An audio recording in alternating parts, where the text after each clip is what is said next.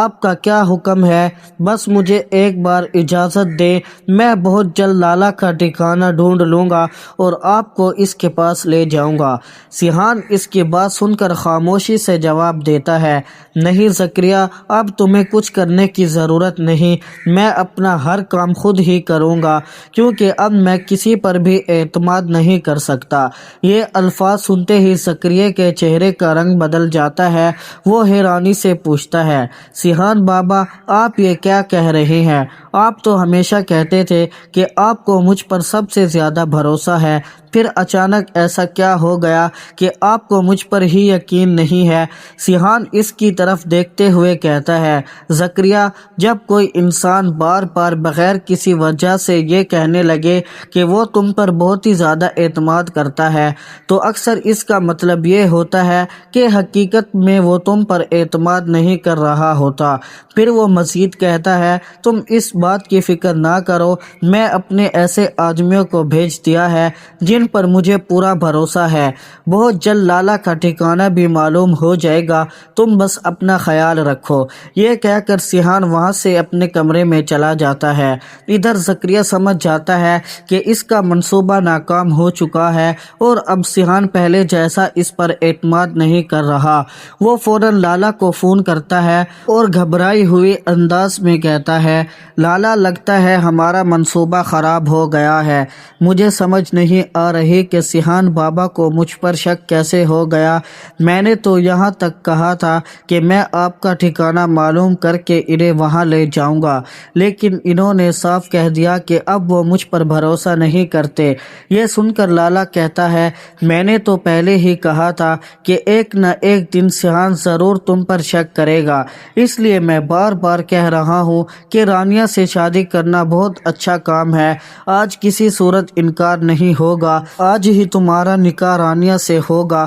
میں نے پوری حویلی سجانے کا حکم دے دیا ہے، تم جلد سے جلد یہاں پہنچ جاؤ۔ ادھر پولیس افسر بھی اپنے پورے مکمل ثبوت لے کر سیحان کی طرف روانہ ہو جاتا ہے، جبکہ دوسری طرف لالا پوری حویلی میں شادی کی تیاریاں شروع کروا دیتا ہے، لیکن اسے ذرا بھی اندازہ نہیں ہوتا کہ اب زکریا کا وقت ختم ہونے والا ہے۔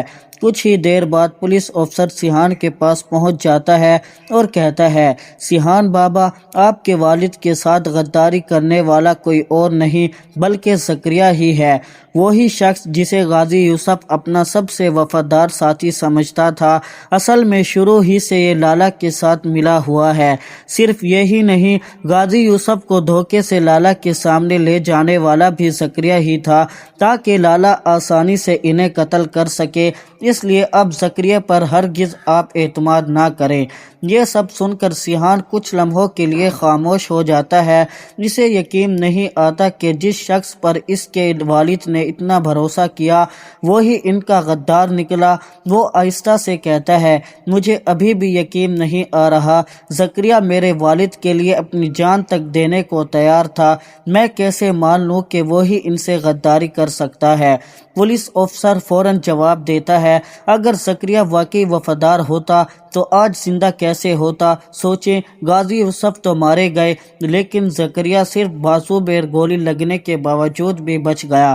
اگر لالا اسے بھی دشمن سمجھتا تو وہ اسے بھی وہیں ختم کر دیتا۔ صرف بازو میں گولی لگنا خود بہت کچھ بتا رہا ہے۔ پولیس افسر کی یہ بات سن کر سیحان کے ذہن میں چلنے والی ساری باتیں ایک دوسرے سے جڑنے لگتی ہے۔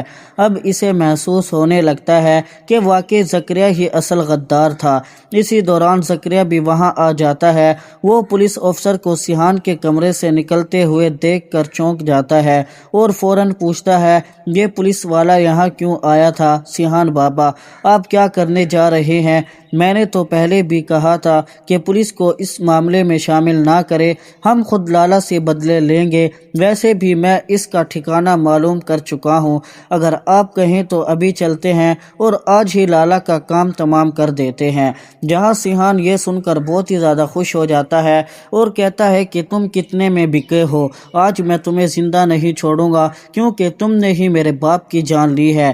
یہ سن کر زکریا بہت ہی زیادہ خوش ہو جاتا ہے اور کہتا ہے کہ ہمارے دھندے میں ایسا نہیں ہوتا، اگر تم سب کچھ جان گئے ہو تو میں تم کو مار ڈالوں گا۔